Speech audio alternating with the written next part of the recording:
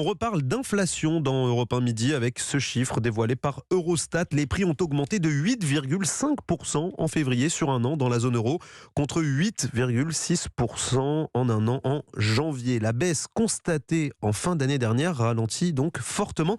Et ça a de quoi inquiéter, Baptiste Morin. Oui, l'inflation baissait en fin d'année dernière, notamment parce que les prix de l'énergie baissaient. Il y avait donc une logique et cela avait quelque chose de rassurant, sauf qu'en ce début d'année 2023, les prix de l'énergie, eux, ils baissent toujours, mais l'inflation, elle, stagne à 8,5%, vous l'avez dit, seulement 0,1 point de moins qu'en janvier. Explication, l'inflation se répand dans l'alimentation, oui, mais pas que, comme l'explique Hervé Le Bihan, adjoint au directeur de la conjoncture et des prévisions macroéconomiques à la Banque de France. L'inflation a une base plus large puisqu'on observe une transmission des coûts, typiquement des coûts énergétiques et des coûts des matières premières qui ont beaucoup augmenté au travers des coûts de production des entreprises et, in fine, des salaires.